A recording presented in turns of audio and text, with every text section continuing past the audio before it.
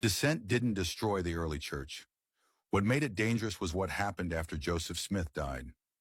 During Joseph Smith's lifetime, disagreement existed openly. Leaders argued, questioned revelations, and sometimes broke away entirely. Authority was contested, but it was still personal. When Joseph Smith was killed in 1844, that personal system of authority collapsed overnight. In the vacuum that followed, dissent stopped being a theological problem and became an existential threat. After Joseph Smith's death, the church fractured almost immediately. Multiple leaders claimed authority. Competing revelations circulated. Entire congregations split. The question wasn't abstract. It was urgent. Who had the right to lead? And how would that be decided without tearing the movement apart? The memory of that chaos would permanently change how leadership viewed disagreement. When Brigham Young emerged as the dominant leader, he inherited a church traumatized by internal division. For him, dissent was no longer just disagreement. It was evidence of how close the church had come to collapse. Unity wasn't a preference, it was survival. And survival required boundaries. Authority hardened, not out of theory, but out of fear of fragmentation. In the years that followed, dissent was reframed. What had once been debate became disloyalty. What had once been questioning became rebellion.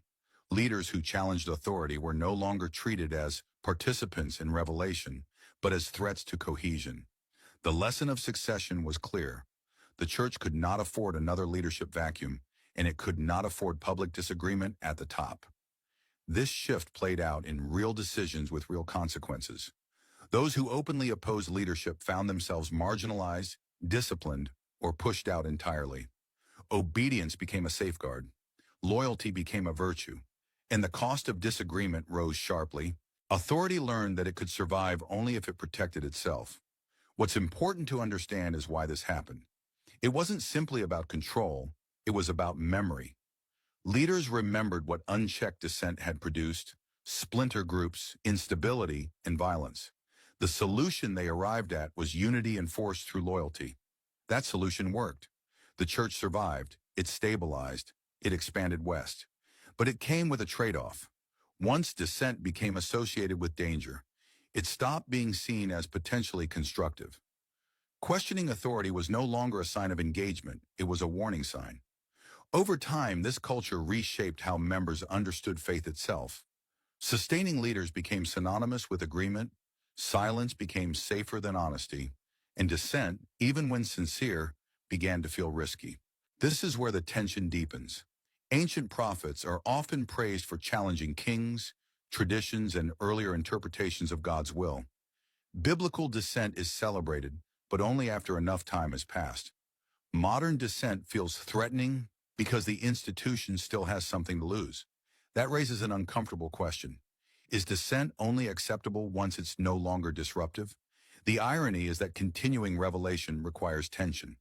It requires questioning, refinement, and correction. Yet the system that emerged after Joseph Smith was designed to minimize exactly those forces. Not because leaders were malicious, but because they were trying to prevent collapse. Dissent didn't become dangerous because it was new. It became dangerous because fragmentation was still fresh in memory. That legacy didn't disappear. It was passed down, reinforced, and normalized. It explains why many believers today feel torn between loyalty and honesty, between sustaining leaders and asking hard questions. That tension didn't come from nowhere. It was forged in the aftermath of Joseph Smith's death. History doesn't demand condemnation, but it does demand honesty.